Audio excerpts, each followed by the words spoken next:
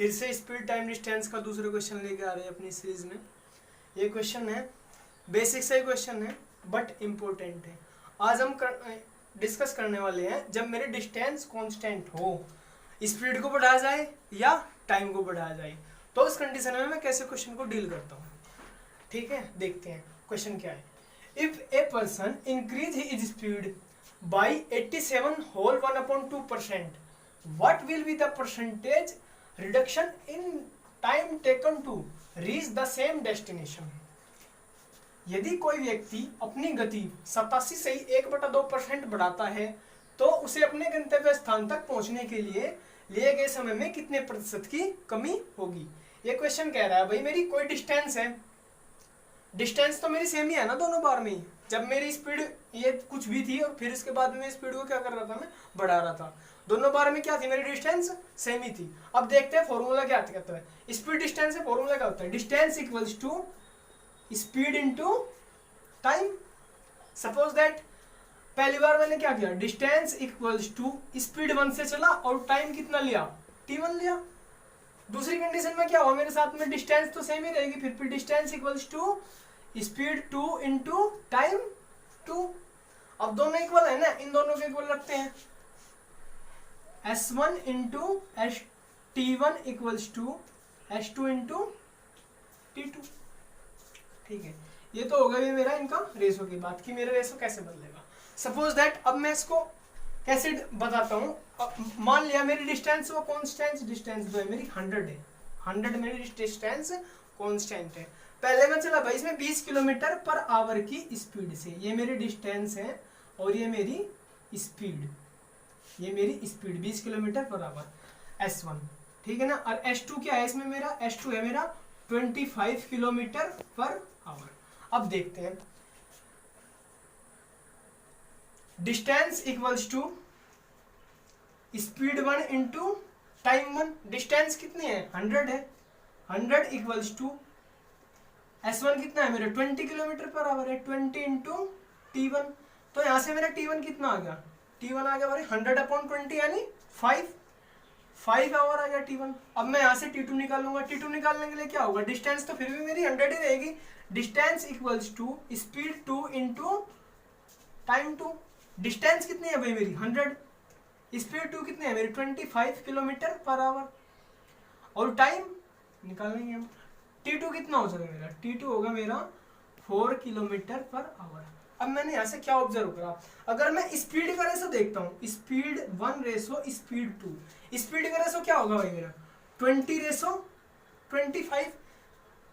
5 से डिवाइड करता हूँ, 5 4 जा 20 और 5 5 जा 25। स्पीड का जो रेशो हुआ मेरा 4 रेशो 5 हुआ। अब मैं अगर टाइम के रेशो की बात करता हूँ तो टाइम का रेशो क्या हुआ, टाइम का रेशो हुआ मेरा 5 रेशो 4। अब हमने यहाँ पे क्या देखा भाई, मैंने देखा जब मेरी डिस्टेंस कांस्टेंट है तो मेरा स्पीड का रेशो जो है और टाइम का रेशो क्या है, एक दूसरे के रिवर्स है। अब देखा क्या देखा हमने, अगर मेरा स्पीड का रेशो 4 रेशो 5 है तो टाइम का रेशो कितना होगा मेरा 5 रेशो 4। ठीक है, अब हम क्वेश्चन की बात करते हैं, क्वेश्चन में इसने हमें क्या कहा है। अब चलते हैं क्वेश्चन पे डायरेक्ट। क्वेश्चन में इसने कहा है कि भाई मैंने स्पीड को 87 होल 1/2% क्या का बढ़ाया है। ठीक है ना, 87 से 1/2% स्पीड मैंने बढ़ा दी। भाई अब डायरेक्ट क्या करेंगे, हम इसकी फ्रैक्शन पे जाएंगे, फ्रैक्शन से ही पता लगेगा हमें कितनी स्पीड बढ़ी 1/2%। अब मैंने ऑब्जर्व करा कि मुझे पता है ना इक्वल्स टू क्या होगा 12.5% इंटू 7, 87 होल 1/2 हो जाएगा इसकी मल्टीप्लाई करने के बाद में। ठीक है ना, 12.5% की फ्रैक्शन मुझे डायरेक्ट पता है कितनी है 1/8।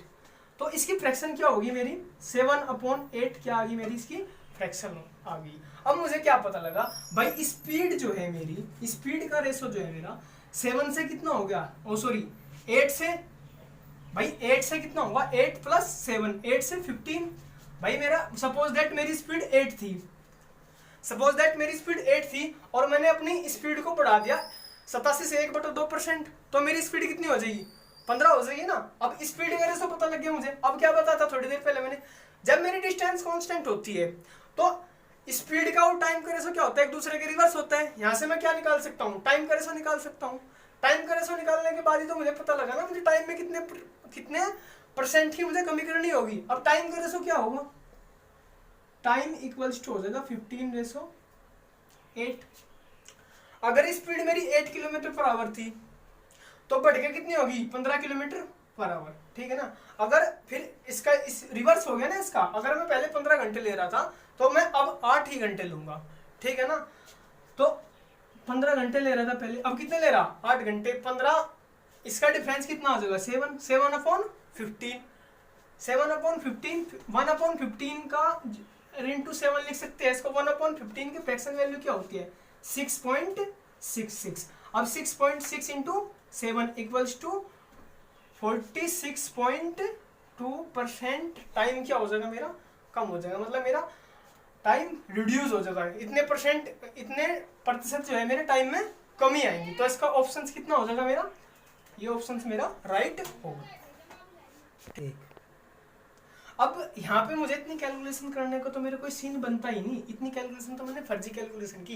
यहाँ से मैं एस्टिमेशन लगा सकता था ना, क्योंकि मैं 15 से कहाँ पे जा रहा हूँ, 8 पे जा रहा हूँ ना लगभग, यानी मेरा आंसर कितना 15 से 8 चला गया ना, लगभग 50% के लगभग होगा। ये कितना है मेरा 20%, ये कितना है 33.33%, ये कितना है मेरा 62.5%।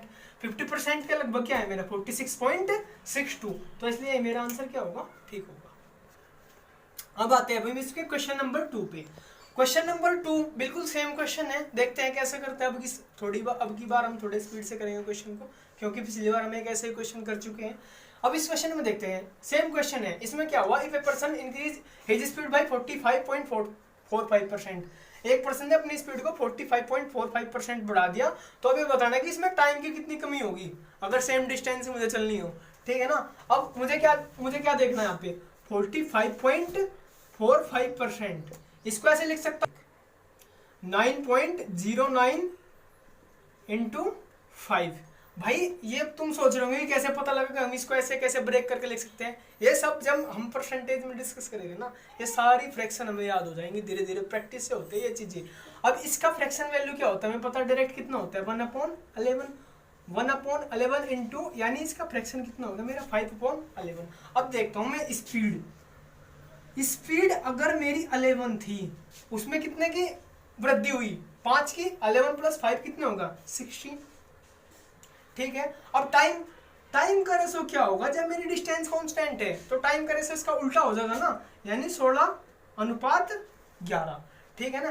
टाइम में अब क्या हुआ 16, कितनी की कमी हुई 5 की, 5/16, और 1/16 का डायरेक्ट मुझे फ्रैक्शन वैल्यू पता है ना कितनी होती है, 6.25 इंटू 5 इक्वल्स टू 31.25 मेरा आंसर 1।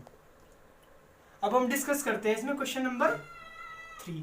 क्वेश्चन नंबर 3 में क्या गया, इसने स्पीड को कितना बढ़ा, 33 से 1/3% यानी 33 होल 1/3 को इसने स्पीड को बढ़ा दिया। अब इसकी तो फ्रैक्शन मुझे डायरेक्ट पता है ना, फ्रैक्शन कितनी होगी 1/3, तो स्पीड क्या हो जाएगी 3 से 4। अगर मेरी स्पीड 3 से 4 होगी तो टाइम कितना होगा, मेरा टाइम कितना होगा 4 से 3। टाइम में कितने की कमी, 1 की कमी, कितने पे, एक उस पे, सॉरी 4, 1/4 यानी 25% आंसर।